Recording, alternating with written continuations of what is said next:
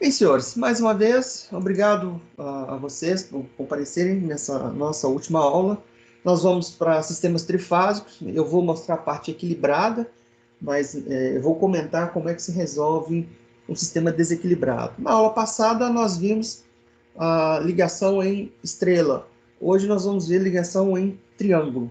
Mas antes disso, eu vou rever alguns conceitos, porque 15 dias é tempo mais do que suficiente para se esquecer muitas coisas. E eu preciso que isso seja um pouco fresco na cabeça de vocês para a gente discutir um exercício que nós vamos fazer. Então vamos lá para a revisão. Havia dito para vocês que uma máquina, seja ela motor ou um gerador, nesse nosso exemplo que ele é um gerador, o sistema ele é trifásico. Né? Imagine vocês, se você um motor, fazer um gerador, perdão, monofásico.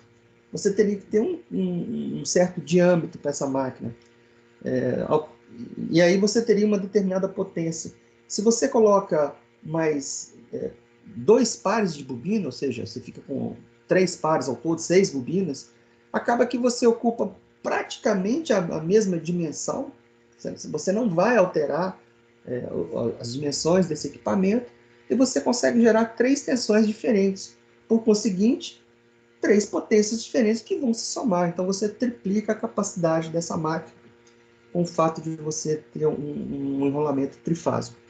E aí, obviamente, esses enrolamentos eles precisam ser distribuídos ao longo de 360 graus, que é que é aqui, né, o diâmetro dessa máquina. Então, o que se faz é defasar 120 graus cada conjunto de espiras. Então, você enrola, por exemplo, esse conjunto aqui em vermelho, numa determinada com um determinado ângulo, aí você vem com essas bobinas azuis, né, que é mais de uma, enrola 120 graus defasados. Claro que você tem ranhuras dentro desse estator da máquina, e aí você enrola nessas ranhuras, aí você pode imbricar esse enrolamento, ou seja, você pode fazer sobreposições, enfim. Existem umas técnicas que o professor de máquinas elétricas, que no caso sou eu também, deve falar disso no futuro breve. Então, o fato é que você tem conjuntos de espiras que estão defasadas de 120 graus umas das outras. E aí, essa máquina, lembrando o senhor que no caso um gerador, você pega Itaipu, por exemplo, são 3 andares uma turbina daquela. Você tem no primeiro andar uma sala com a turbina, aonde fica o estator da máquina. E aí no andar de baixo, você tem o rotor, e lá embaixo, no primeiro andar, coloca as pás. E aí você direciona um turbilhão de água, isso vai bater nessa pá e vai girar esse rotor dentro do estator, onde ficam ímãs. E aí você tem bobinas girando dentro de um campo magnético, vai induzir tensão nos terminais dessas bobinas. Então nós vamos ter o surgimento de 3 grupos de tensão nessas bobinas que estão defasadas de 120 graus, portanto, essas tensões estarão defasadas entre si de 120 graus. E aí tem que ver para que lado que você está girando. Né? A gente pode girar isso no sentido anti-horário, que é esse caso aqui, ou no sentido horário. Claro que o sistema ele é interligado, o sistema nacional é todo ele interligado. Então é necessário que exista compatibilidade de tensão para que você consiga, por exemplo, pegar uma tensão que está sendo gerada em Três Marias e transmitir isso via sistema interligado lá para o norte, nordeste. Né? É preciso que exista compatibilidade dessas tensões, tanto no ponto de vista de ângulo, quanto no ponto de vista de módulo. Então, por exemplo, estou gerando 500 mil volts, né, com ângulo de tal, estou interligando isso com o sistema inteiro. Então, se existe compatibilidade, você consegue fazer essa integração. Mas no nosso caso aqui, a gente pode supor que esse giro, né, esse rotor, ele pode estar girando tanto no sentido anti-horário, quanto no sentido horário. E isso irá determinar os ângulos, né, que essas tensões serão geradas. Deixa eu voltar aqui. Eu achei que eu tinha mais slides sobre isso. Então, por exemplo, se a gente estiver girando no sentido anti-horário, essa tensão aqui, ó, aqui a gente tem uma tensão que está sendo gerada aqui, que a gente chama de tensão de linha.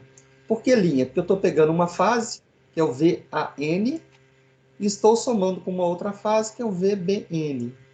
Então, na verdade, eu estou pegando uma tensão que está numa linha e outra linha. Então, por exemplo, suponha que eu tenho aqui VAN, ou seja, de fase a neutro, 127 volts.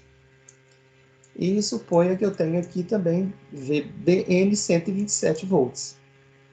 Ora, essas tensões elas estão opostas, porque eu tenho aqui o valor positivo e aqui no neutro, negativo. Aqui positivo e aqui negativo. Então, essas duas tensões aqui, VAB, né, são tensões que estão sendo subtraídas. E aí, na hora que você faz essa soma vetorial, ou subtração vetorial, como você queira, você tem uma tensão de fase, perdão, uma tensão de linha. Deixa eu apagar essa bagunça toda. Tem um microfone aberto aí. Descobre aí para mim quem é. Descobre aí para mim quem é e coloca no mudo. Então, na hora que você soma essa tensão aqui, VAB,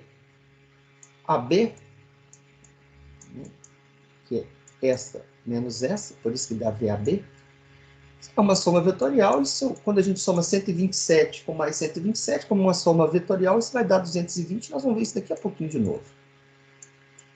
Agora, esse ângulo vai depender do sentido do giro. Então, o que eu quero chamar a atenção aqui? Se eu estiver girando, conforme está indicando aqui essa velocidade angular, essa tensão VA, ela vai passar primeiro. Então, eu vou considerar que VA, ela tem um módulo V, que não me interessa nesse momento quanto que é, suponha 127, e ela está na referência. Eu vou dizer para vocês que ela tem um ângulo zero. 0 volts. Agora, o VBN, que é o neutro, o VBN suponha que ele também tenha módulo de... vamos chamar de VAN, que eu estou pegando em referência ao neutro. Suponha que ele tenha módulo igual também, que é V. Agora, como eu estou girando nesse sentido, essa tensão B, ela está sendo gerada 120 graus atrasados em relação a VAN. Porque, olha só, VAN passa primeiro, eu vou me colocar aqui como observador. Então, estou eu aqui olhando esse troço passar. Então, primeiro passou o VA, que eu, como a referência está aqui, considerei ângulo de zero. 120 graus depois, passou VB. Então, eu não consigo escrever aqui. Então, o VB vai ser o módulo da tensão, que é V, com um ângulo defasado de menos 120 graus. VBN. 120 graus, volts. Joia! Agora, nessa mesma condição, se eu estiver girando ao contrário, olha, a minha referência não mudou, vai continuar sendo VAN, que é um ângulo qualquer, suponha 127 volts, com ângulo de zero. Mas como agora eu estou girando nesse sentido aqui, ó, o VB ele passou primeiro por mim, né? Eu estou aqui nessa posição, o VB passou primeiro. Então, se antes, girando no sentido anti-horário, ele estava com menos 120 graus, se agora girando no sentido horário, ele passa para ser mais 120 graus. Então, a gente precisa ficar atento em relação ao sentido desse giro. Como é que a gente descobre isso? Por meio dos ângulos. Eu nem preciso dizer qual que é o sentido do giro. Quando a gente analisa o ângulo da fonte, e aí tanto faz se ela está ligada em estrela ou triângulo, se eu estou transmitindo essa tensão lá de Itaipu para cá, estrela ou triângulo, basta que eu olhe os ângulos para eu saber para que lado essa tensão está girando. Observem vocês que o gerador ele já foi montado lá com as espírias defasadas, já foi definido para que lado que o rotor vai girar, esses ângulos todos estão definidos. Agora, como é que eu vou transmitir isso? Eu posso fazer uma transmissão em estrela ou uma transmissão em triângulo, né?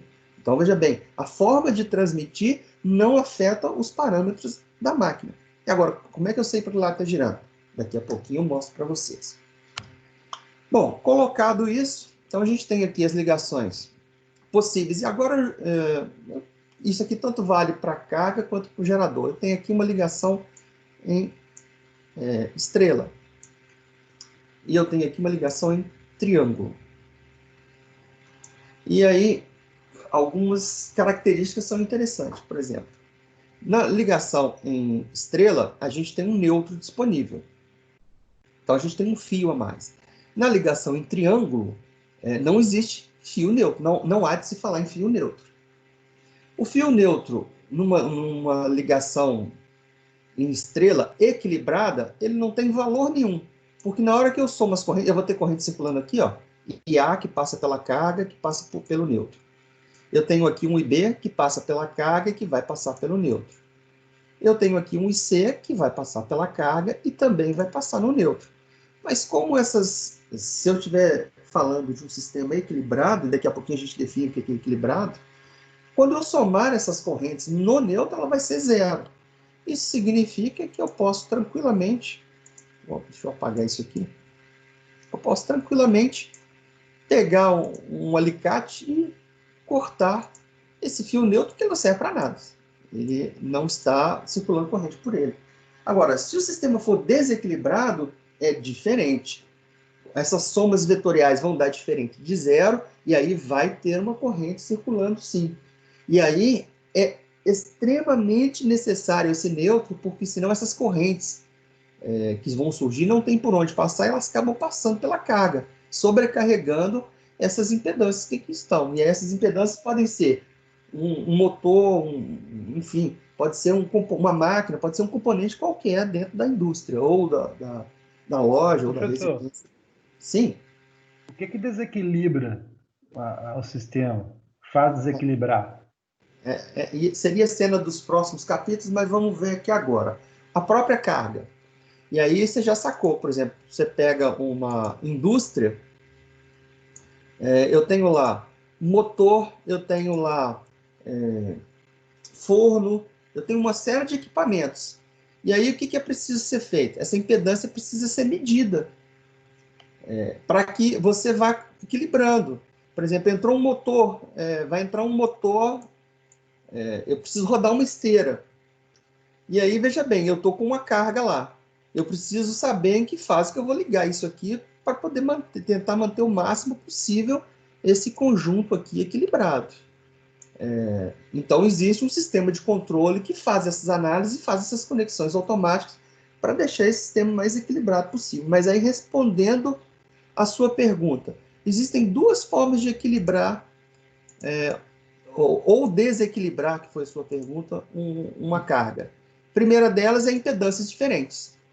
Basta que uma delas seja diferente. Então, se a impedância que está nessa linha for diferente da impedância que está nessa linha, você pode apostar que as correntes ali serão diferentes e que as potências serão diferentes, as impedâncias serão diferentes e, portanto, o circuito é desequilibrado. Então, a carga é o primeiro fator que desequilibra uma ligação dessa natureza. A segunda é a tensão. Se você tiver tensões diferentes aplicadas aqui, você terá, por conseguinte, correntes diferentes. Se você aplicar a lei de Ohm, né? Tensão é igual a... Eu estou chamando de resistência, mas pode ser impedância, né? Na maioria das vezes, no nosso caso, você tem resistências complexas, né? Que você tem... O que é uma resistência complexa? É uma resistência pura mais uma reatância. Então, na verdade, você tem uma impedância, que é a oposição à passagem de corrente do mesmo jeito.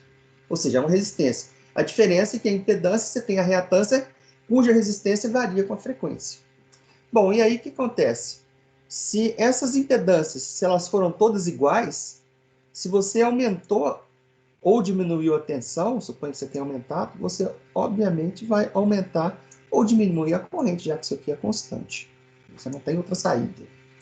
E aí isso faz desequilibrar. Na maioria das vezes, o que a gente tem são tensões fornecidas pela concessionária. Olha, e essa tensão ela é constante. Então, o que vai desequilibrar em campo, na verdade, são as resistências.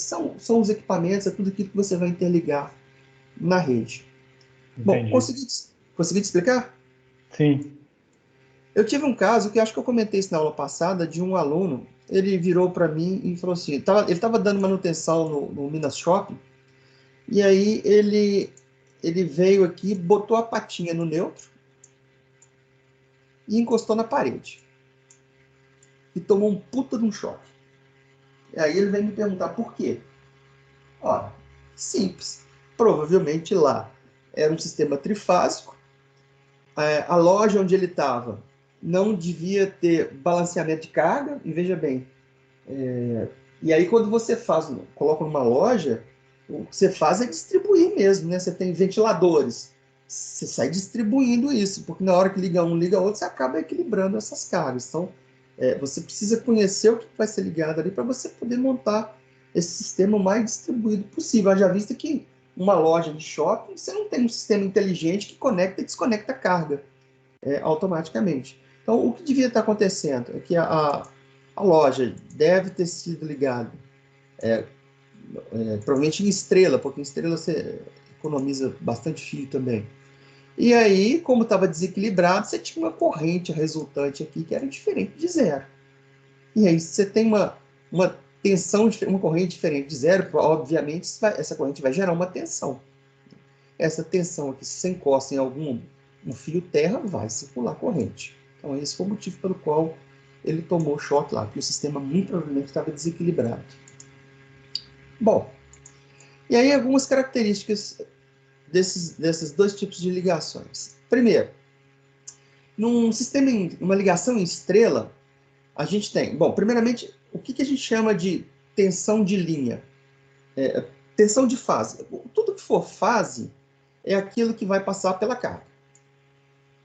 Então a carga aqui, ó, observem vocês que ela está ligada entre uma fase e o neutro. Então a gente chama isso de impedância de fase. Que impedância é essa? A impedância ZAM. Aqui simplifiquei. Aqui a impedância ZCN, e assim sucessivamente. Então, tudo que a gente chama de fase, a gente está pegando uma fase só, porque a gente está considerando o neutro. Tudo que a gente chama de linha é entre duas fases. Então, uma linha é entre essa... Vou pegar a tensão de linha, né? Entre essa tensão da linha A e a tensão, por exemplo, da linha B. Então, você está pegando tensão entre fases. Quando você pega entre duas fases, a gente chama isso de linha. Ok?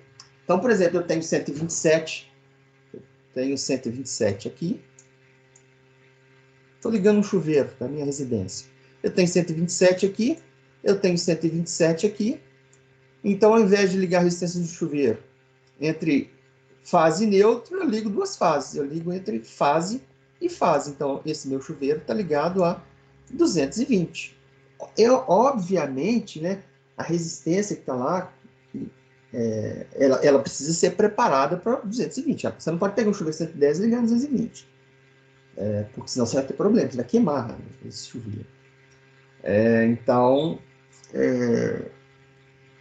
esqueci o que eu ia dizer. Mas o que é fato?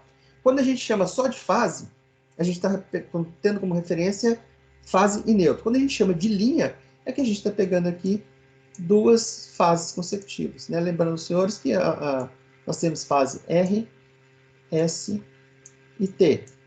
Então, eu posso, se eu pegar duas quaisquer, posso pegar S e S, por exemplo. Isso aqui a gente chama de tensão de linha. Isso aqui a gente chama de tensão de linha. Bom, e corrente de linha? É a mesma coisa. Vou apagar isso aqui que ficou bagunçado. Corrente de fase e corrente de linha. É a mesma coisa. Passou pela carga, é fase. Então, é corrente de fase. Se eu pegar isso entre duas fases, estou dizendo, então, que é corrente de linha. Então, veja bem. Quando eu falo corrente de linha, é a corrente que está circulando aqui, pela carga. Ok? Porque a tendência dela é passar pelo neutro, ela circulou pela carga. Agora, quando eu falo de corrente de linha, ora, é a corrente que está circulando pela linha aqui, por esse fio. Agora, por coincidência, pelo tipo de ligação, essa corrente A aqui, ela obrigatoriamente vai passar pela carga também. Ora, então, numa ligação em estrela, a corrente de linha coincide com a corrente de fase, que é o IAN. O que já não acontece numa ligação triângulo. Vamos comparar essas correntes. Ora, eu tenho o IA, o IB e o IC. Aqui, ó. Então, aí quando circular pela carga, então a corrente de fase. Então, aqui, ó, eu tenho uma corrente que está vindo do ponto A para o ponto B. Então, a gente chama de IAB. Aqui eu tenho uma corrente que está vindo do ponto B. Que B mais estranho. Ponto B para o ponto C, então a corrente IBC. E aqui a corrente está vindo do ponto C para o ponto A, a gente chama de ICA. Agora, observem vocês que é lei de Kirchhoff. Aqui eu tenho um nó. Então, esse nó, o que está acontecendo? Eu tenho uma corrente A vindo aqui, eu tenho uma corrente ICA vindo aqui, e a corrente que vai passar pela carga é a soma das duas. Então, numa ligação em triângulo, a corrente de linha é diferente da corrente de fase. Numa ligação estrela, é a mesma. Numa ligação em triângulo, né, não. Elas são diferentes. Agora vamos para as tensões. Ora, o que a gente chama de tensão de fase? Entre uma fase neutra. Então, eu tenho aqui um VAN. Observem vocês que numa ligação em estrela, a tensão VAN, que é a tensão de linha, é diferente da tensão de fase. A tensão de fase é a tensão entre duas fases, entre essa e essa. Daqui para cá eu tenho 220, daqui para cá eu tenho 127. Ora, então, numa ligação em triângulo, a tensão de linha é diferente da tensão de fase. Agora, e numa ligação em triângulo? Ó, eu não tenho neutro. Então, veja bem, a tensão entre duas fases é a tensão da carga. Então, numa ligação em triângulo, a tensão de linha é igual à tensão de fase. Essas são as diferenças básicas. Vocês entenderam isso? Beleza. Eu sou Disseram professor. nada? Sim. Só repete a minha. A corrente na ligação em triângulo, ela é diferente da estrela, não é isso? Isso. E você consegue ver isso pelo próprio desenho. Olha só.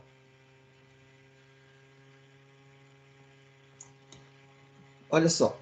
A corrente de linha aqui. Isso aqui é a linha. Observe vocês que a corrente de linha é a mesma corrente que vai passar pela fase. Então, a corrente que circula por aqui é a mesma corrente que circula entre essa linha e o neutro. Ok? Então, na ligação em estrela, corrente de linha igual corrente de fase. Agora, olha na ligação em triângulo. Essa corrente chega aqui e soma-se a essa corrente que chega aqui. Ora, essa é a corrente de linha. E essa aqui é a corrente de fase. Essa corrente de fase, ela vai ser a soma dessas duas correntes. Então, a corrente de linha é diferente da corrente de fase. Então, eu posso considerar que a corrente no sistema triângulo ela é maior do que a estrela. Ela vai ser maior. Olha Ela só. vai... Claro, não, na verdade, veja bem, tudo vai depender da impedância, né? Mas vamos sim. supor que seja... for a mesma. Vamos considerar que as impedâncias são as mesmas. Ora, aqui, ó, essa carga é lei de Kirchhoff, né? Então, vamos lá. Tensão é impedância vezes corrente. Ó, aqui, essa carga está sendo alimentada com 127, que é a tensão entre fase e neutro. E essa aqui, considerando as impedâncias, são as mesmas, tá? Aqui, ó. Essa impedância ZA aqui igual a essa impedância aqui, ó. ZAB, ok? Ora, se as impedâncias são as mesmas e aqui a tensão é menor, porque aqui eu estou pegando entre fase e neutro, portanto a tensão é menor, ora, obrigatoriamente, neste caso aqui, a corrente é menor. Ok? 127 vai me produzir uma corrente na proporção de 127. Agora, observe você, deixa eu trocar a cor aqui. Aqui, para o mesmo valor de impedância. A tensão aqui agora é entre fase e fase. Ela saiu de 127 e foi para 220. Ora, eu aumentei a tensão. Como eu mantive a impedância a mesma, obrigatoriamente a corrente vai ter que ser maior. Isso vai ficar claro no exemplo que nós vamos fazer. Entendi. Ok? Beleza. Maravilha. Professor, sim. Em relação à corrente, eu fiquei numa dúvida aqui. Na estrela, você falou lá sobre o neutro, que se o sistema estiver balanceado, você pode cortar o neutro, né? Exemplo. Isso. No caso aí, o sistema sendo balanceado, a corrente ela não vai circular por entre o ponto A, entre a linha A e a linha B? Peraí, em qual das ligações? Estrela ou triângulo? Estrela. Estrela? Então, repete a pergunta. A minha dúvida ficou em relação à intensidade da corrente, né? Porque se o sistema estiver balanceado, o neutro ele vai ser inútil, né? Digamos assim. Sim. Então, a corrente ela vai ter que entrar pelo ponto A e sair pelo ponto B. Ou eu estou errado? Sair por aqui, né? Essa corrente A passa pela carga e sai pelo neutro. Essa corrente B passa pela carga, sai pelo neutro. Essa corrente C passa pela carga e sai pelo neutro. Ok? Claro que é alternada, isso vai ficar fazendo isso aqui, né? Esse movimento. Vai e volta, para ser alternado. Mas o caminho é sempre passar pelo neutro. Quando o sistema é equilibrado, na hora que você somar essas três correntes, então a corrente de neutro, ela vai ser igual à corrente I a N, é essa aqui, ó, mais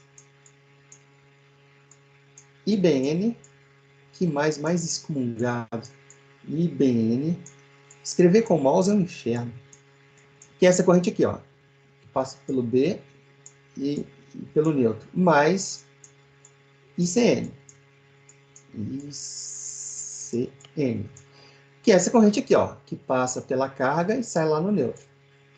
Se essas correntes, se essas tensões são iguais e se as impedâncias são iguais, então eu tenho sistema equilibrado. Em sistema equilibrado, na hora que você somar essas três correntes aqui, ó, obrigatoriamente essa corrente de neutro vai ter que ser zero. E no sistema desequilibrado, ela é diferente de zero. Então, num sistema equilibrado, você não precisaria, teoricamente, você não precisaria de neutro, porque não passa corrente lá.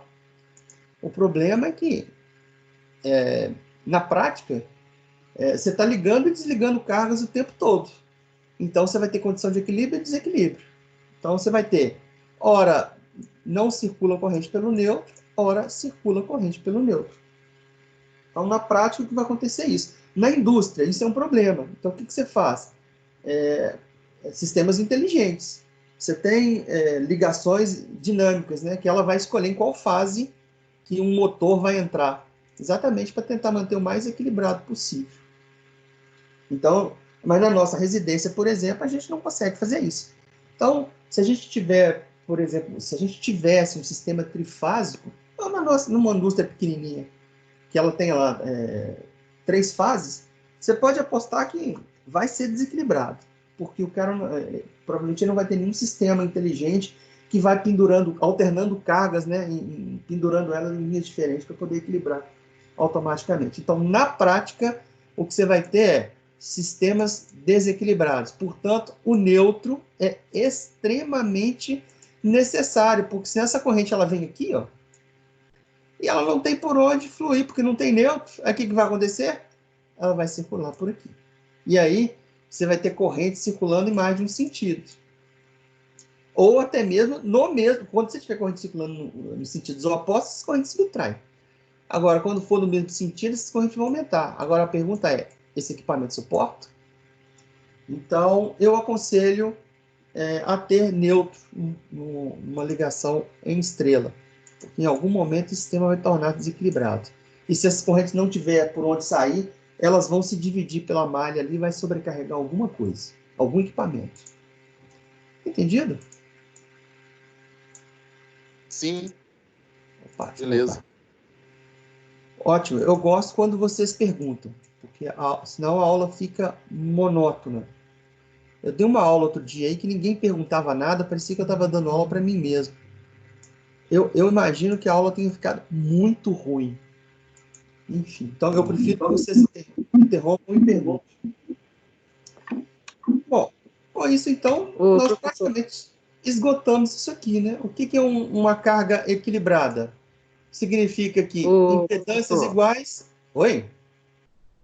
Pode falar. Só um minutinho. Eu estou anotando aqui uma definição. Sim. O senhor disse que quando está em ligação em triângulo, a tensão de linha é igual à tensão de fase. Sim. Quando está em ligação em triângulo, a tensão de linha ela é diferente da tensão de fase? Ou ela Não, ainda é a mesma? porque na verdade você não tem neutro, né? Você precisa imaginar o seguinte: o que é fase? Se refere à carga.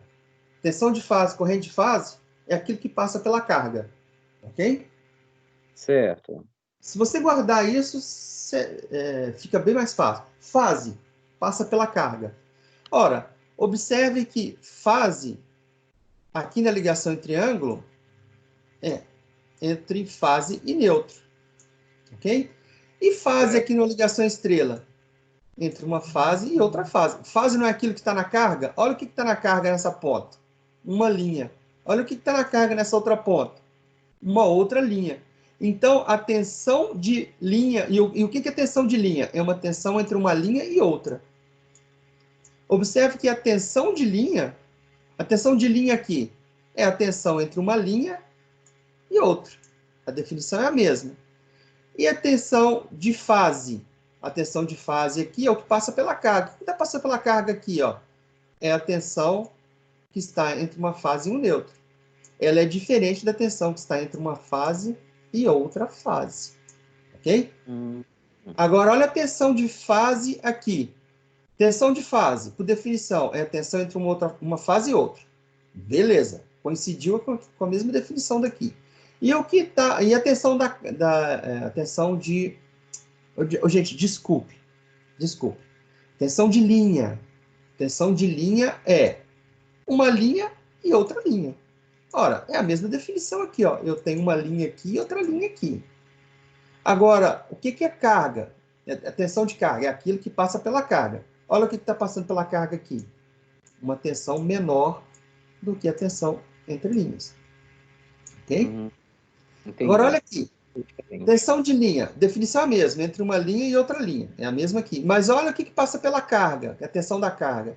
Esse ponto está ligado aqui, esse ponto está ligado aqui. Então, por conseguinte, a tensão de linha, VL, é igual à tensão de fase, VF. Ok? Entendi. Pelo Tudo bem, próprio obrigado. desenho, pelo próprio desenho você sabe as diferenças. A única coisa que você precisa guardar é o seguinte: linha está associada. Boa noite, pessoal. Para guardar a diferença é o seguinte: o que é fase? O que passa pela carga. Ok? Vamos para então. Bom, então aí a gente já comentou o que é equilibrado. Para ser equilibrado, a carga tem que ser igual e a tensão tem que ser igual também. Engraçado. Eu acho que eu peguei o mesmo texto e colei aqui. Carga trifásica. Ah, não. Aqui está falando de equilibrado e desequilibrado, né? Vai faltar informação. Na verdade, tem que ser a impedância e a tensão. V tem que ser igual, impedâncias tem que ser igual. Neste caso, configura equilibrada. Se uma delas, se a tensão for diferente, já configura desequilibrada. Se a tensão for igual, mas a impedância for diferente, já configura desequilibrada. Então, para ser desequilibrada, basta uma delas ser diferente, ou a tensão ou a impedância. Para ser equilibrada, as duas têm que ser iguais. Beleza. Então, vamos lá para a nossa ligação em triângulo. A primeira dedução. Então, vamos lá. Olha só. A gente sabe que, por exemplo, o meu IAB, a minha corrente que passa aqui, ela vai ser... tem um troço errado aqui. Deixa eu ver aqui.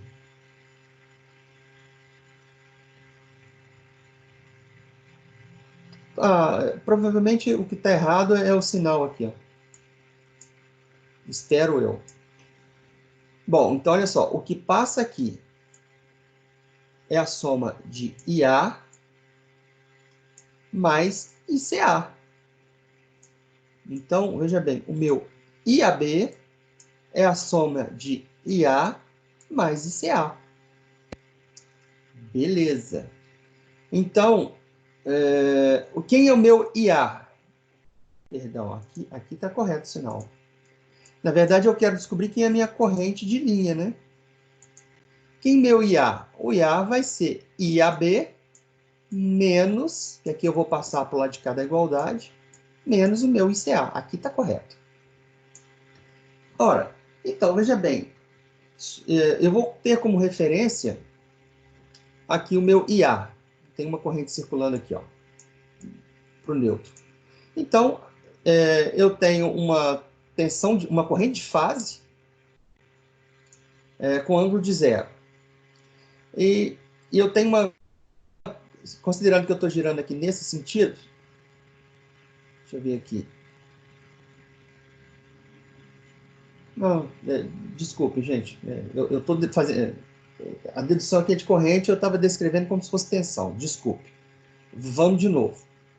Olha só. Eu tenho o meu IAB. O meu IAB é uma corrente de fase com ângulo de zero. E eu tenho aqui a minha corrente de fase, que é o meu ICA, que eu estou considerando que o meu sistema é equilibrado, tá bom? Então, veja bem, em sistema equilibrado, a tensão é a mesma e a impedância é a mesma. Logo, o módulo da corrente é a mesma. A corrente que vai circular aqui, ó, nessas três fases, escoando para o neutro, elas vão ter o mesmo módulo, elas só vão diferir em ângulo. Então, veja bem, essa corrente, que eu não sei o módulo dela, eu estou chamando de corrente de fase. Então, elas têm o mesmo módulo, o mesmo IF. Essa aqui, ela está na referência, ela é zero. E essa aqui, ó, essa corrente aqui, essa aqui é o ICA. Observem vocês que ICA está aqui, ó. É a corrente daqui para cá. Se eu estou girando nesse sentido aqui, ó, essa corrente aqui, ela está adiantada. Quando eu enxerguei isso aqui já passou por mim.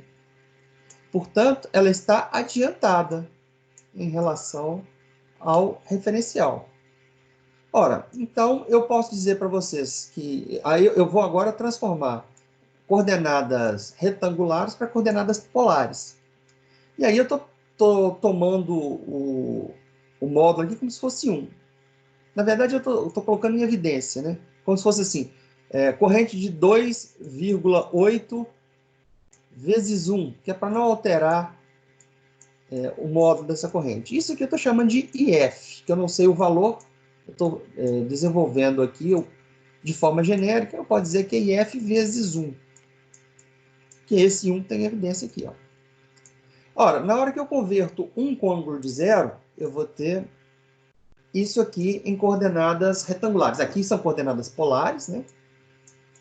E aqui coordenadas retangulares. Na hora que eu converto, então, 1 com ângulo de zero, eu vou ter 1 mais J0.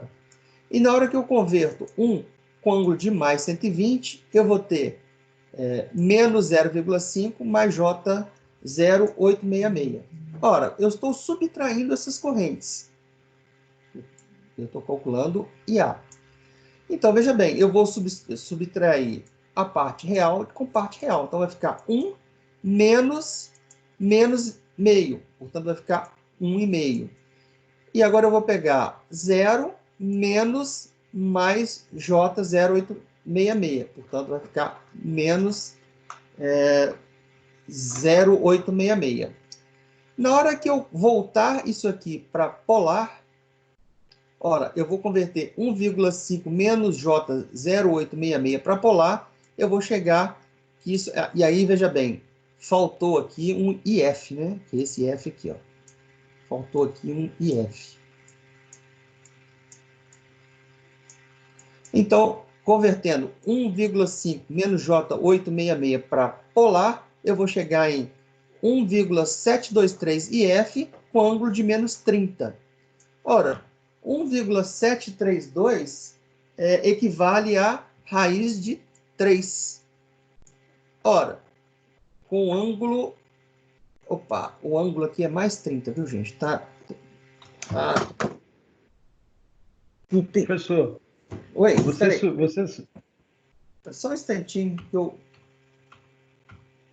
deixei cair aqui. Bagunçou tudo. Pronto, pode falar. Você subtraiu as fases aí porque ela está adiantada? Não tem nada a ver. Não, na verdade, olha só. Vamos de novo. Aqui, a gente sabe que... Gente, desculpem esses erros de digitação, tá? Isso aqui acaba que eu termino sempre em cima da hora e não dá para fazer revisão. Acaba que eu descubro na hora que eu estou dando aula. Então, vamos lá. Olha só.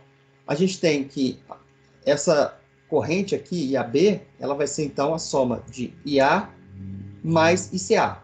Então, aqui é uma soma. Mas eu quero descobrir a corrente de fase. Eu quero deduzir a corrente de fase. Aqui embaixo tem mais um erro que eu já vi, mas vamos lá. Então, veja bem. Então, o que eu vou fazer? Eu vou passar esse ICA para cá subtraindo. Então, eu vou ter que a minha corrente de fase, que é o que eu quero deduzir a equação para ela vai ser, então, IAB menos ICA. Isso aqui é fato. Okay? Ah, tá. Entendi. É porque você jogou para o outro lado, né? Isso. Ah, não. Beleza. Isso.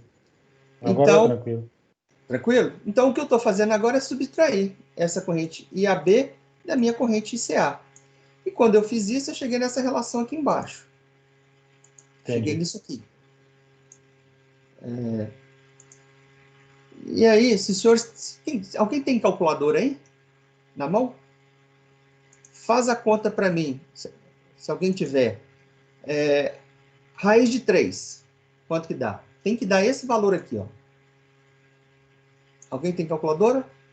É isso aí mesmo, pessoal. É isso mesmo, né? Então, eu posso escrever aqui 1,732 é a mesma coisa que raiz de 3. Ora, então eu posso dizer para vocês que a minha corrente de linha, ela é raiz de 3 vezes a minha corrente de fase, sendo que ela está adiantada... aí é que está. Converte para mim. Tem tanto erro de digitação aí que eu já me perdi. Converte para mim 1,5. Converte para polar, né? Para polar? 1,5 com menos J0886. Eu estou achando que esse ângulo aqui é negativo mesmo.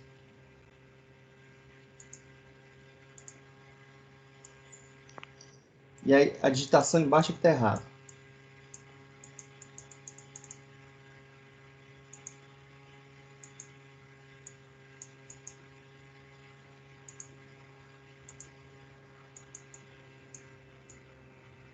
Consigo apagar isso aqui. 1,732. Sim, com ângulo de... Olha o F aí para mim. Menos 29,9, menos 30 mesmo. Menos 30, né? Ótimo. Então, o erro está aqui embaixo. Então, é menos 30. E aqui não é IA, é IL, né? Não é corrente de linha, é corrente de fase, IF. Então, veja bem, senhores. Deixa eu apagar isso aqui e fazer de novo. Isso aqui tá doidão. Olha que loucura. Parabéns. Olha só. A minha borracha não me obedece mais. Então tá bom. Já que ela não quer me obedecer, que seja feita a vontade dela. Então, o meu IF significa que em termos de módulo, a minha... mas hoje tá difícil, viu, gente? Perdoe-me. Eu estou deduzindo a corrente de linha, né? Eu isolei aqui a minha corrente de linha. A minha borracha resolveu não me obedecer. Então, a minha corrente de linha, ela é raiz de 3 vezes maior do que a minha corrente de fase. E faz todo sentido, né? Porque, olha só, é lei de Ohm. É lei de Ohm. Eu estou pegando uma tensão agora que ela tem a ver com uma fase e outra fase. Se a impedância é a mesma e eu aumentei a tensão, obviamente, a minha corrente ela vai aumentar. Então, neste caso aqui, a minha corrente de linha, ela em módulo é maior do que a minha corrente de fase. Ok? E ela é que tanto maior? Raiz de 3 vezes maior. Agora, qual o detalhe aqui? Essa corrente de linha ela está atrasada em relação à corrente de fase em 30 graus. Tranquilo? Até aqui? Apesar dos erros de digitação? Beleza. Joia. Então, vamos ver isso. Gente, se eu não conseguir apagar... Bom, vamos lá. A minha borracha agora eu não consigo... Tá doidona. Então, vamos lá. Então, olha só. Gente... Tem um desenho aqui, mas tudo bem. Olha só, eu tenho que... Isso aqui... as minhas impedâncias, a impedância caracteriza por uma reatância. Na maioria das vezes, essa reatância é indutiva. Né? Eu tenho motores, eu tenho reatores, enfim, eu tenho bobinas. A característica da bobina é você tem uma tensão. Então, deixa eu desenhar a bobina aqui para vocês entenderem isso melhor. Quando eu vou colocar uma resistência aqui para não deixar essa bobina em curto. Eu vou ligar uma fonte qualquer aqui. A princípio, ela pode ser até contínua para ajudar no raciocínio. Quando eu ligo uma fonte nessa impedância, o que vai acontecer? A tensão que chega nela, primeiro, vai ser utilizada para orientar os dipolos magnéticos desse material. O que são dipolos magnéticos? Se eu pegar um pedaço desse fio e ampliar... Deixa eu fechar minha janela aqui. Se eu pegar a seção transversal do cobre e ampliar, eu vejo isso aqui. Se eu conseguisse enxergar os elétrons, eu ia ver um conjunto de elétrons girando para cá, um conjunto de elétrons girando para cá, outro conjunto de elétrons girando para cá. Joia! Na hora que eu ligo uma tensão nessa bobina, o que vai acontecer? Na hora que polarizar, eu vou ter ali a tensão, um campo magnético produzido, que vai fazer com que todos os dipolos magnéticos, ou seja, todo o conjunto de elétrons, passe a girar no mesmo sentido. Suponha esse sentido aqui. Ora, então veja bem, a energia que está chegando para essa bobina, primeiramente, está sendo utilizada para orientar os dipolos magnéticos do material, que nesse caso é um fio de cobre. Feito isso, é que ele vai deixar circular corrente. Ora, então, uma bobina, primeiro eu tenho tensão, depois eu tenho corrente. Então, a tensão e a corrente elas estão defasadas em um ângulo e a tensão ela vai estar sempre na frente da corrente quando eu tiver reatâncias indutivas. A capacitiva é exatamente o contrário disso. Então, eu tenho aqui, então, a minha corrente IA e ela está atrasada em relação à tensão. Ora, observem vocês agora o seguinte, eu vou posicionar as minhas correntes de linha não mais em relação às tensões. Então, veja bem, o meu IB, a minha tensão em B está adiantada em relação à minha corrente, a minha tensão na bobina C está adiantada em relação à corrente. Joia. Mas agora eu não vou posicionar as tensões, eu quero posicionar as correntes de linha em relação às correntes de fase. E a gente viu que a corrente de linha está atrasada em relação às correntes de fase. Ah, bacana, está trocado aqui. Se a minha corrente está atrasada, significa... Ah, então vamos lá. Se a minha corrente... não está trocado não, está certinho. Se a minha corrente IA ela está atrasada em 30 graus, se a minha corrente de linha, se ela está atrasada em relação à minha corrente de fase, ora, a única possibilidade dela estar atrasada é se eu orientar essa corrente de fase nesse sentido. Ok? Que aí um observador aqui, ó, ele viu passar primeiro IAB e 30 graus depois ele está vendo passar IA. Ora, o mesmo vai acontecer com as demais correntes. Ok? Então, o meu IB, ó, ele vai passar primeiro, meu IBC, e aqui, para depois passar o IB, Só as nomenclaturas aqui que ficaram trocadas, tá? Professor, E aqui, ó, oi? na verdade é que então ela está atrasada, ele tem que estar enxergando ela girando no sentido anti-horário, né? Eu estou considerando, aí que tá. Tudo vai depender do giro. Do Olha, reverendo. excelente pergunta. Eu estou considerando que o giro está nesse sentido. Anti-horário, então, né? Isso. Então, as minhas correntes de fase, elas precisam estar adiantadas em relação às minhas correntes de linha. Haja visto que nós acabamos de provar que a corrente de linha está atrasada da minha corrente de fase em 30 graus. Ok? Agora, e se eu estiver girando no sentido contrário?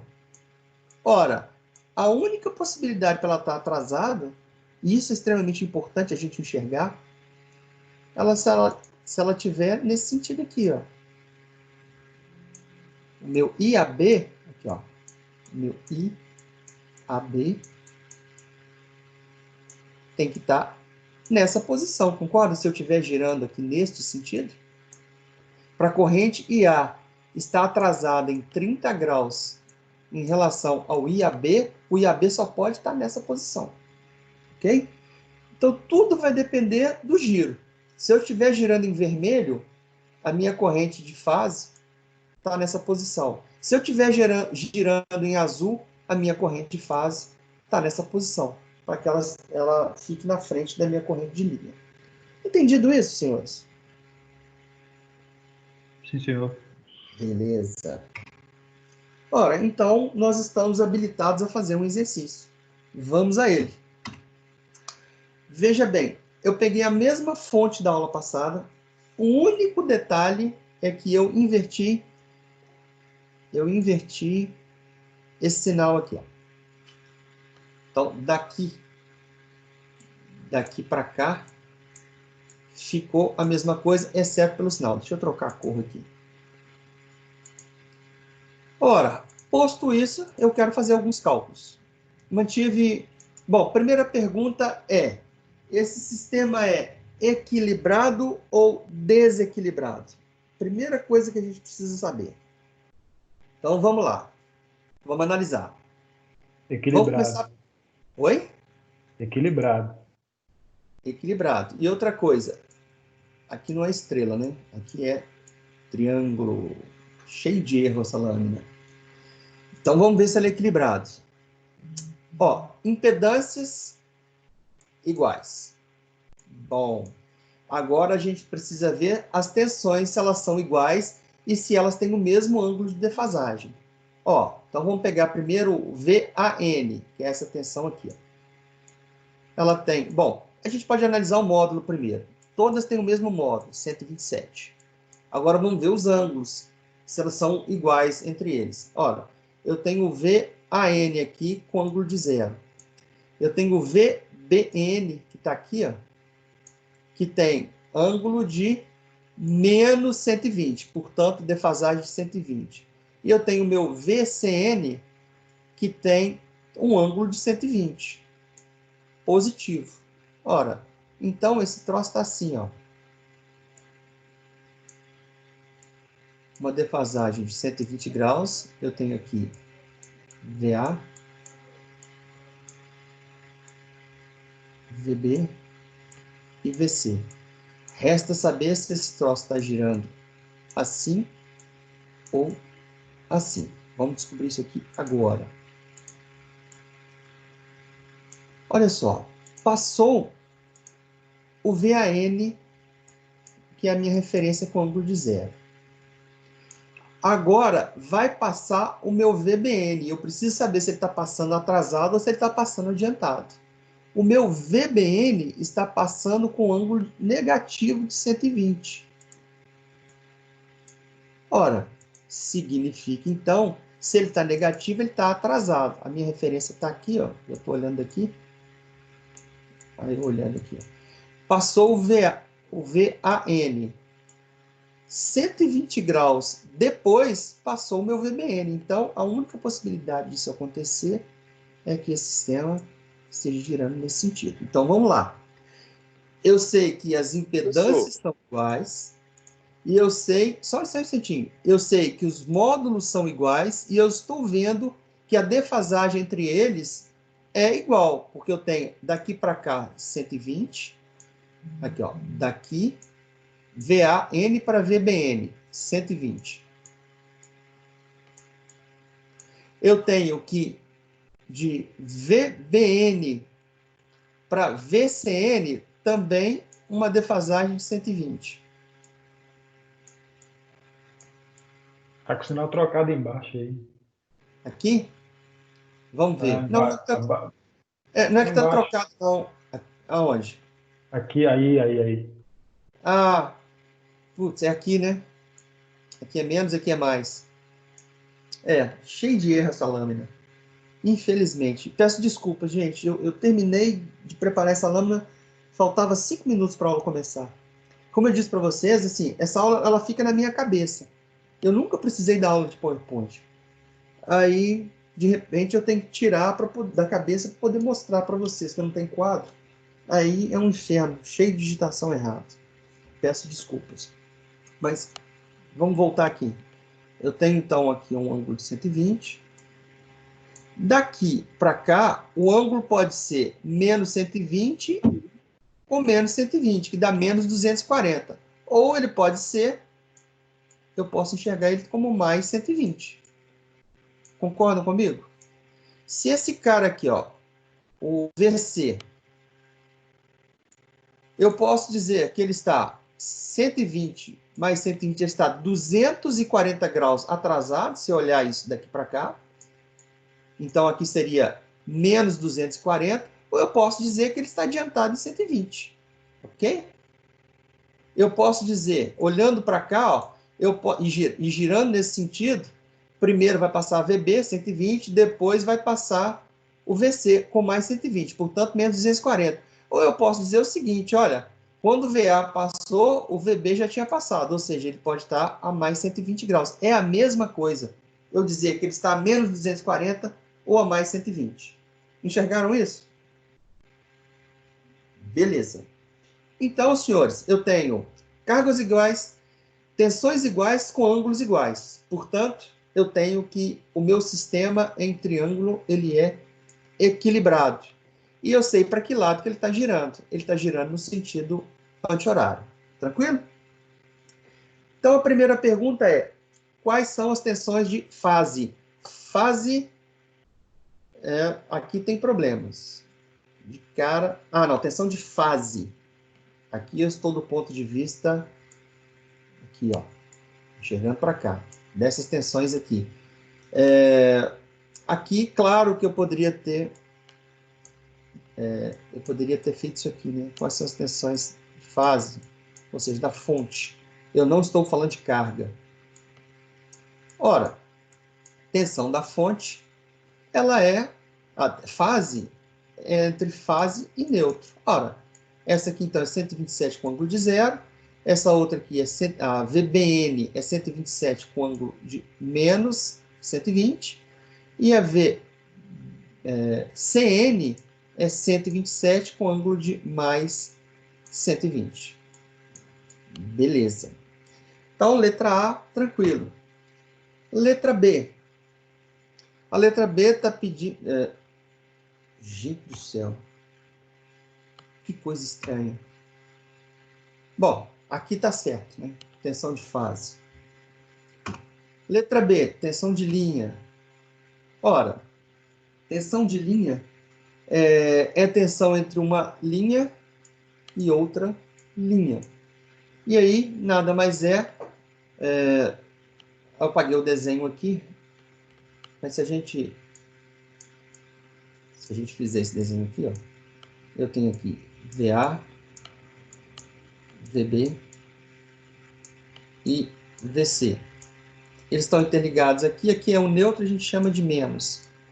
Aqui é mais, e aqui é mais.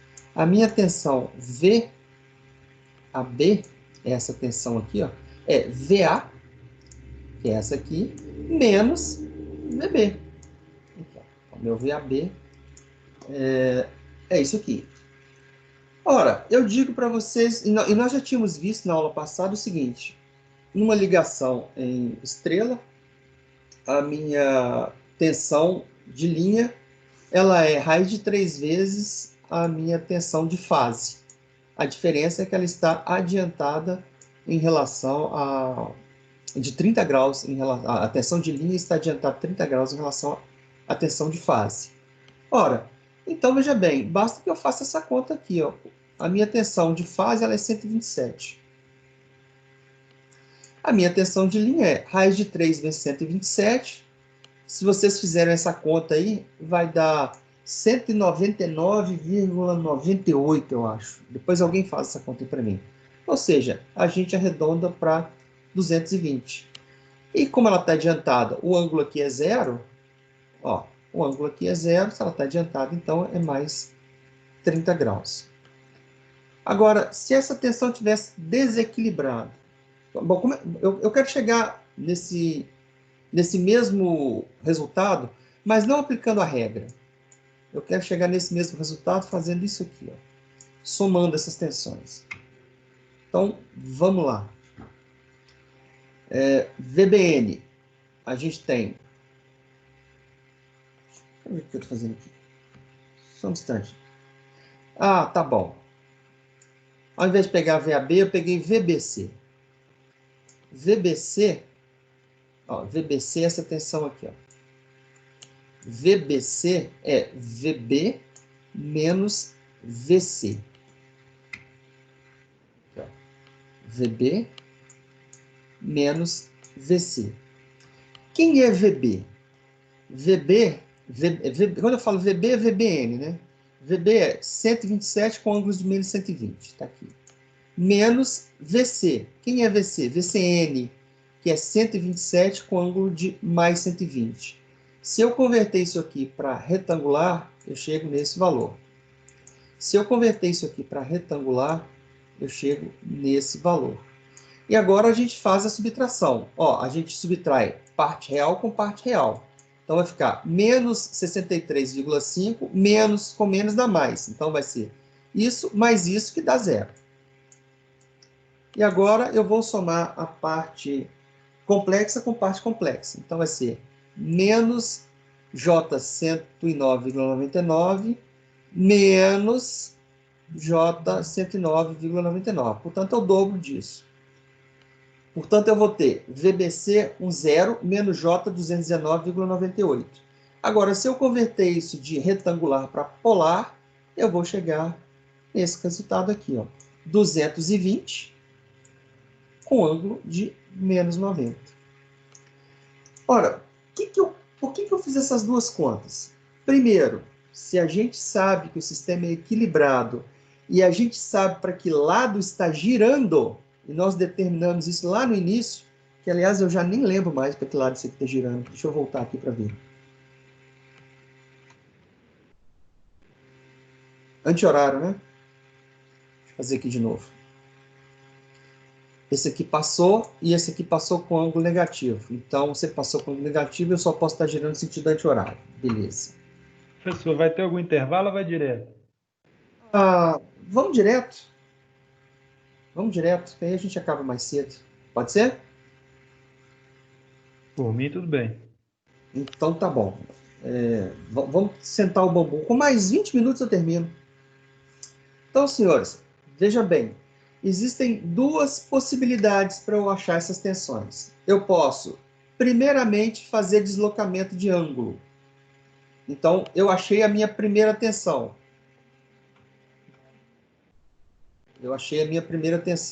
Que era 220 com ângulo de 30.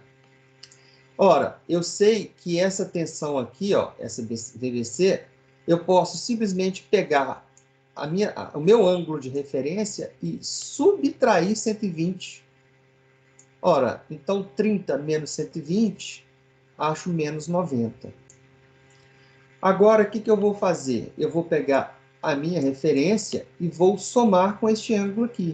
Então, vai ser 30 mais 120, portanto, 150. Se a minha tensão ela é equilibrada e eu sei para que lado que está girando, eu simplesmente faço o primeiro cálculo, foi o que nós fizemos aqui, ó.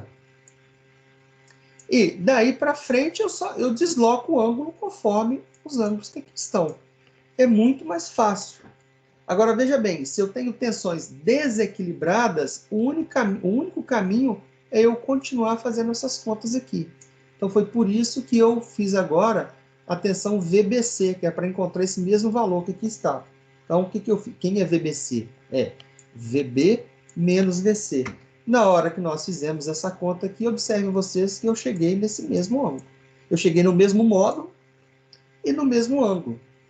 Então, senhores, quando o sistema é equilibrado, é muito mais vantajoso você deslocar ângulos. É muito mais rápido. Quando o sistema é desequilibrado, você não tem outra alternativa a não ser fazer isso aqui. Uma por uma, para achar esses valores. Então, se você sabe a teoria, você consegue, tanto no sistema equilibrado quanto desequilibrado, fazer os cálculos. Você só precisa saber o que você está fazendo. E aí, para isso, primeira coisa, identificar.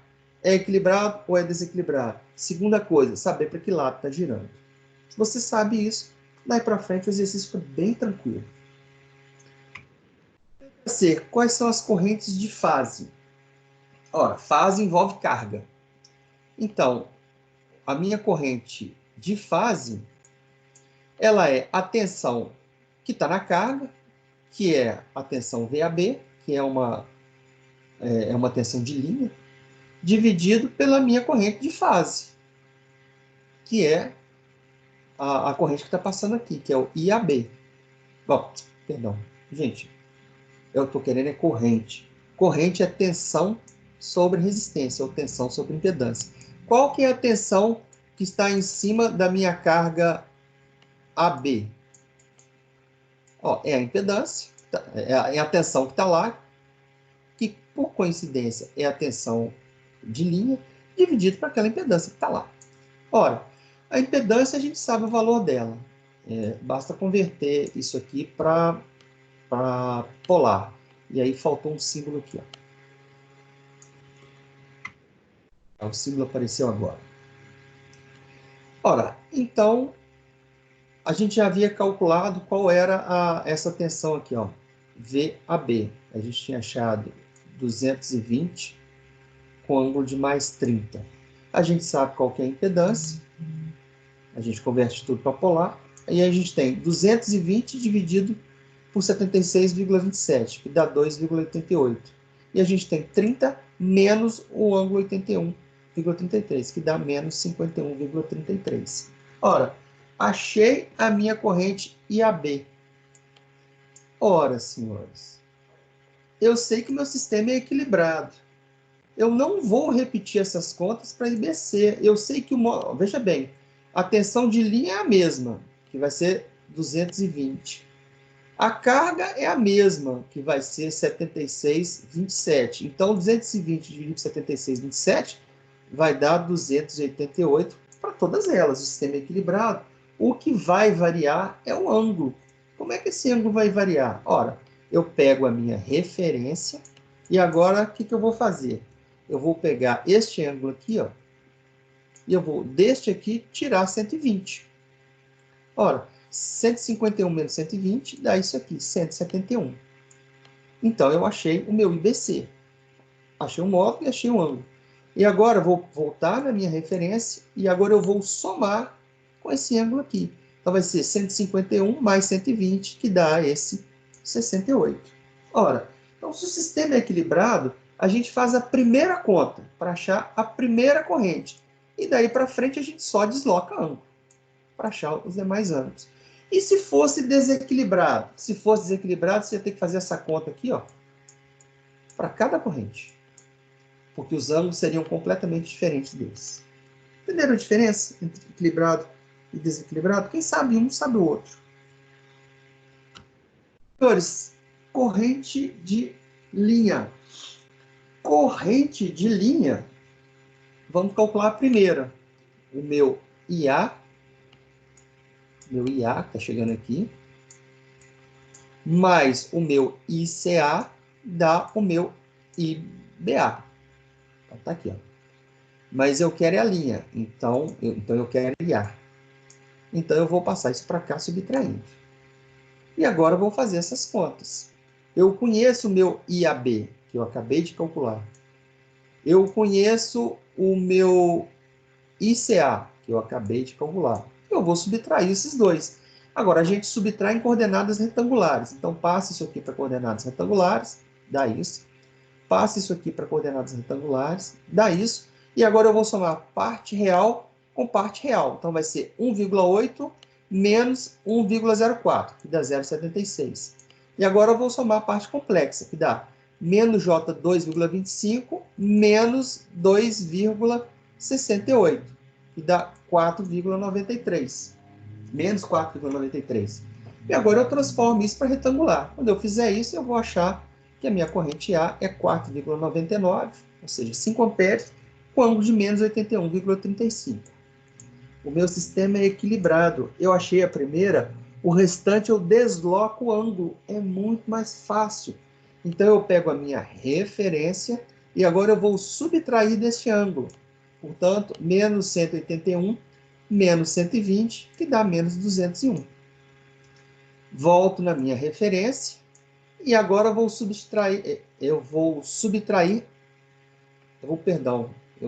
somar este ângulo. Então, eu vou ter menos 81,35 mais 120, que dá 38.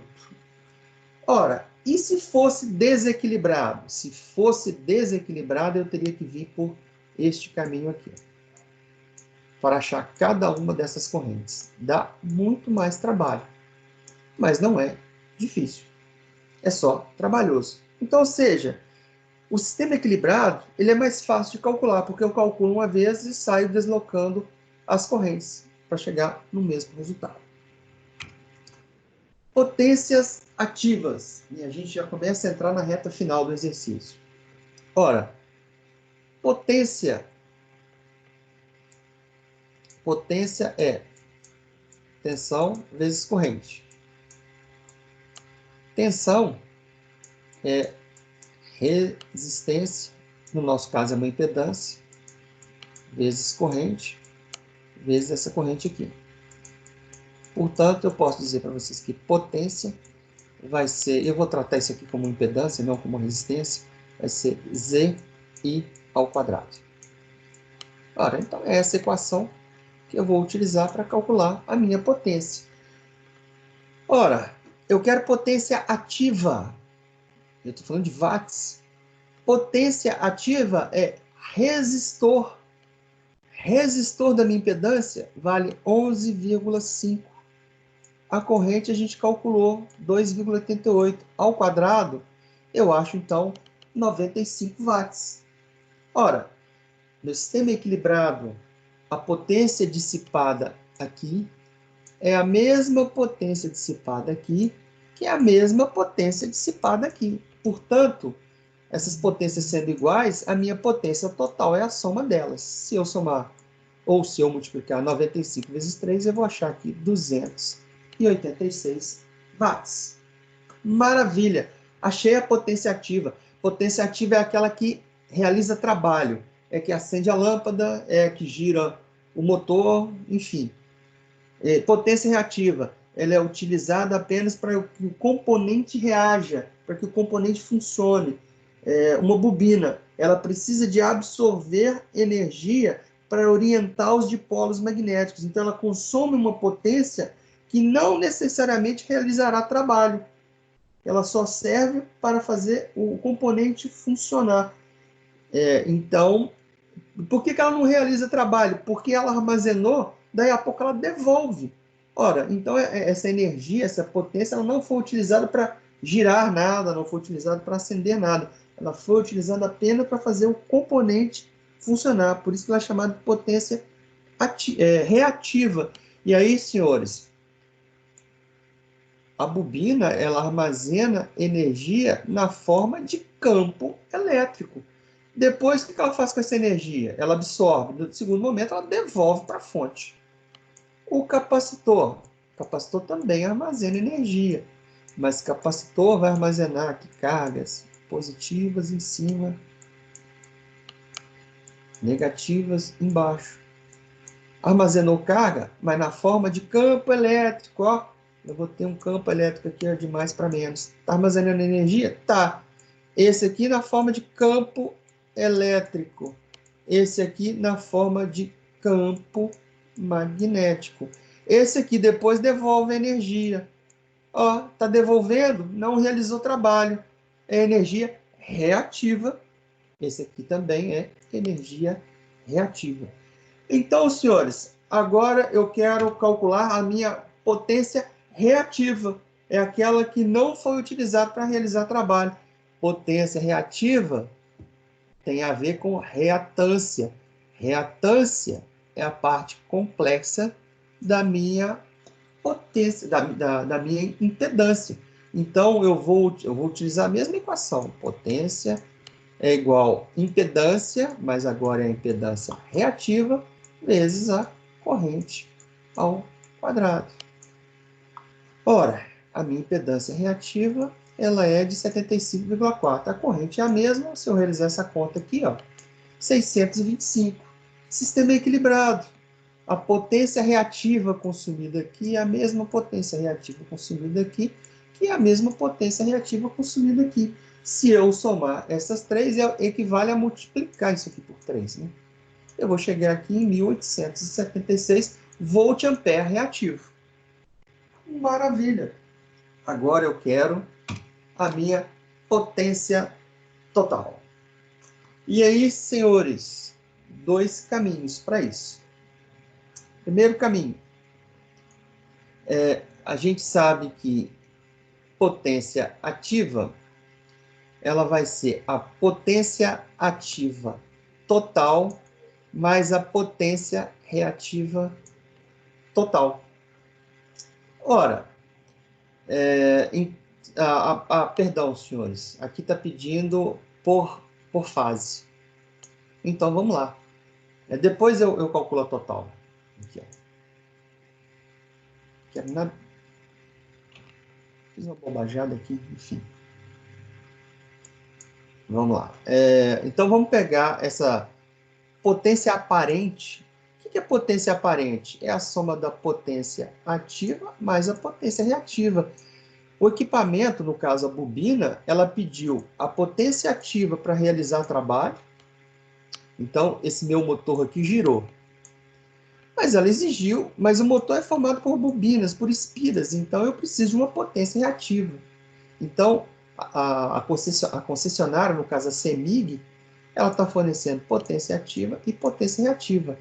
A soma delas dá a potência total, que a gente dá o nome de potência aparente. Bom, então eu vou pegar a potência ativa na linha, nessa minha linha aqui AB, na minha carga, né? Mais a potência reativa nessa carga. Ora, e aí vou converter isso aqui, senhores, é uma soma vetorial. Não, esse triângulo aqui ficou muito ruim. Vamos de novo.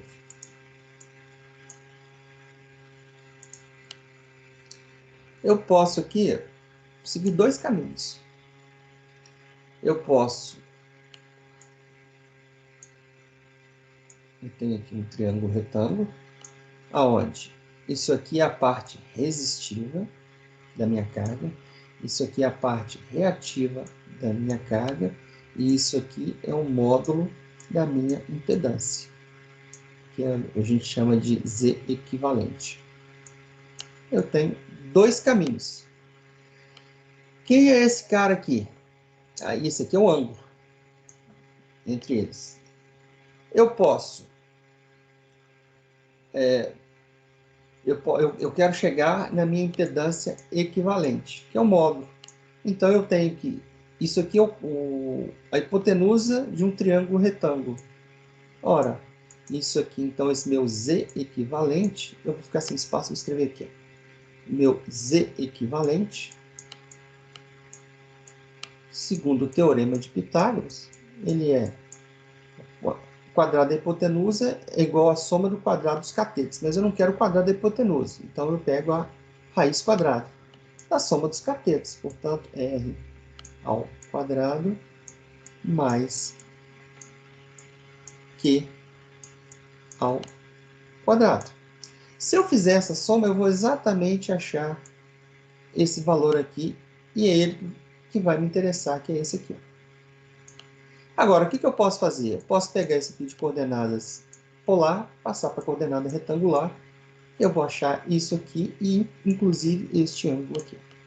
Então, eu tenho dois caminhos. Ou eu efetuo uma soma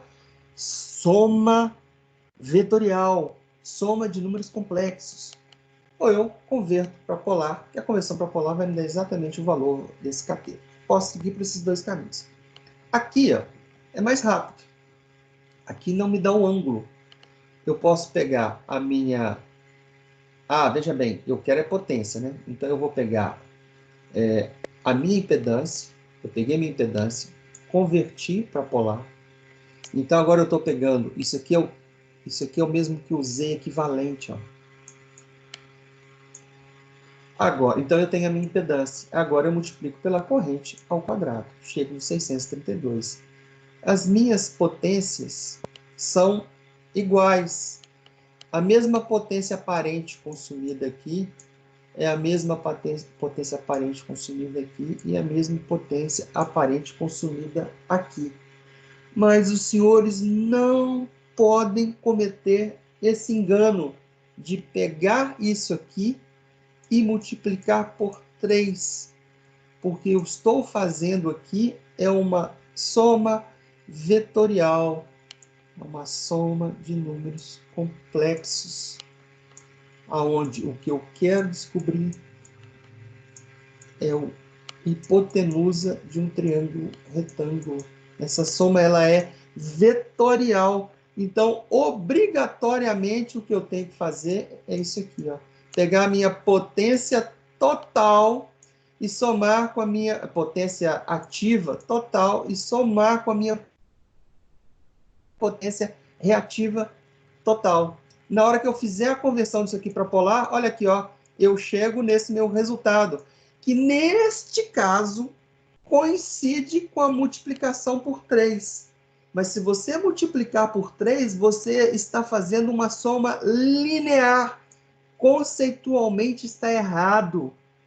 Você tem que fazer uma soma dessa natureza.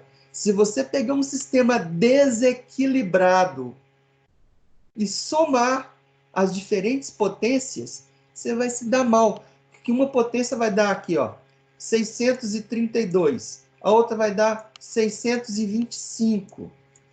A outra vai dar 690, não sei o que. Na hora que você somar isso aqui, ó, não dá esse resultado. Porque você está fazendo o quê? Uma soma linear. E essa soma que você tem que fazer é uma soma complexa. É uma soma de vetores. Então, obrigatoriamente, quando você estiver calculando a potência total, você precisa ir por este caminho.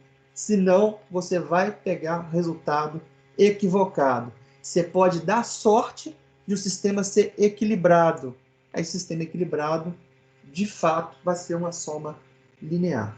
Mas, conceitualmente, estará errado, embora os valores coincidam.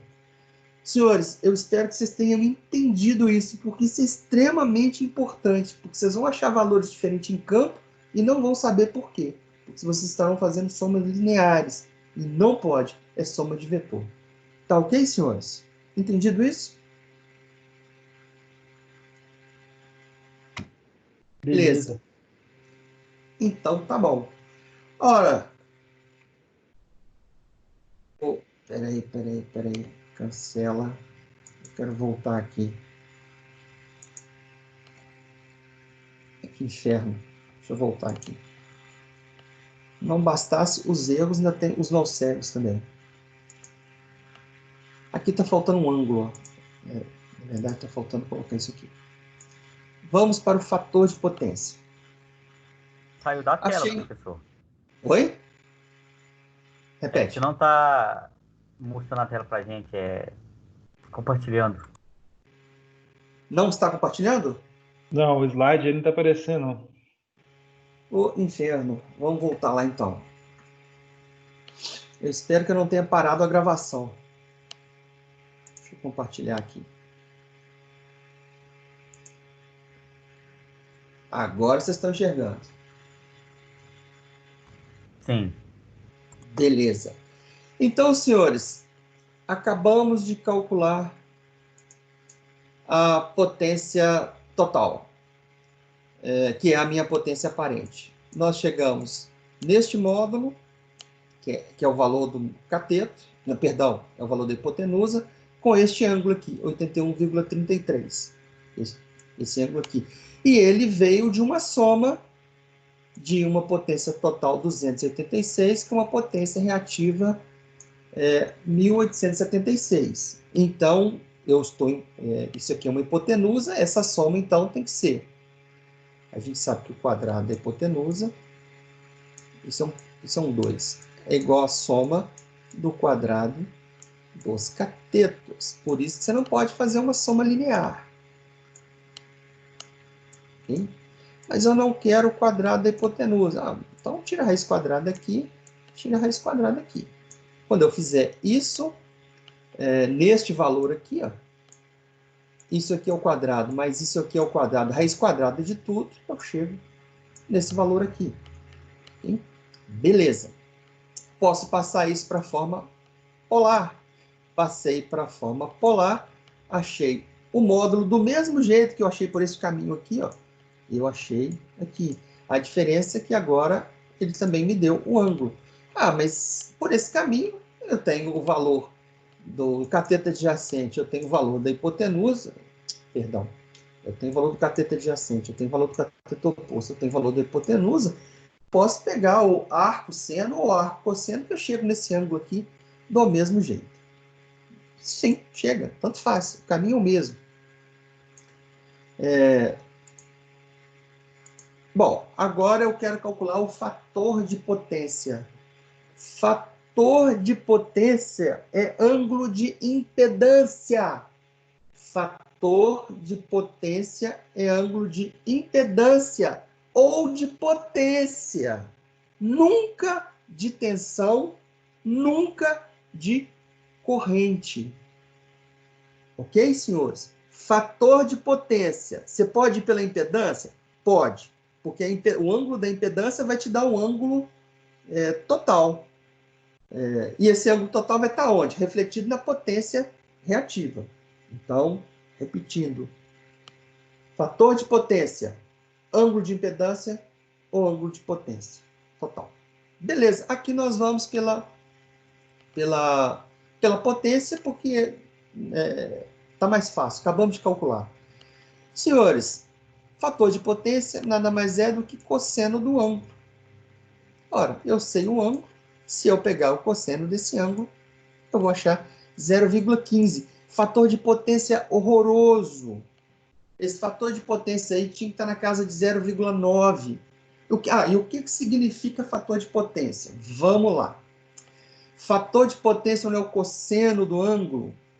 Cosseno do ângulo não é cateto adjacente sobre hipotenusa. Cateto adjacente sobre hipotenusa. Este é este conceito aqui. Então, senhores, se eu pegar a potência ativa e dividir pela potência reativa, eu chego no mesmo fator de potência. Claro, que é a mesma coisa. Potência ativa, cateto adjacente. Potência aparente. Eu falei bobagem aqui. Esse aqui é a potência total. Potência total é potência aparente. Eu acho que falei reativa. Se eu pegar a potência ativa e dividir pela potência total, que é a potência aparente, eu chego no fator de potência. Aqui tem que ter uma pausa para meditação. Ora, isso aqui realiza trabalho. Isso aqui é o total. Ora, então o fator de potência, na verdade, vai me dar o percentual da energia que eu estou utilizando para realizar trabalho, para girar um motor, para funcionar a máquina de lavar, para funcionar o fazedor de café. Ou seja, isso realiza, para acender uma lâmpada, isso é realizar trabalho.